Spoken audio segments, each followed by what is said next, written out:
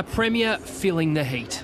The Victorian community who would be observing this right now would be mightily dismayed. Jacinta Allan's frustration driven by the politics of crime on bail laws. We won't be leaving Parliament this week until these tough new bail laws are passed. And tackling alleged criminal activity on the big build. I support the actions that the Victoria Police are taking to immediately establish Operation Hawk. But that's been running for 9 months. The statements I made yesterday were based on the advice from Victoria Police. So you were misled?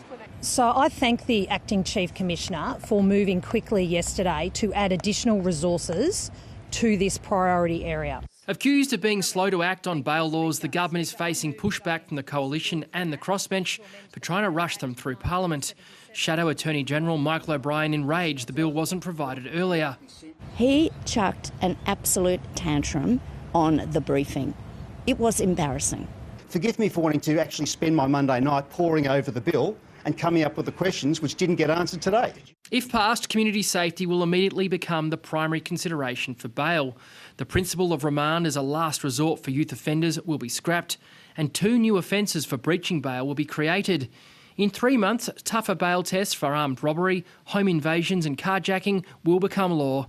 A delay is required to recruit more prison staff. We'll see an increase in the number of people on remand. It will break this cycle of repeat offending. Frankly, it's concerning that the Premier seems more interested in the optics of this issue than in instituting policy that will actually work. Machetes will also be outlawed from September. Are there any questions? The opposition leader faced his own wave of questions. He told MPs he was visiting family in Queensland.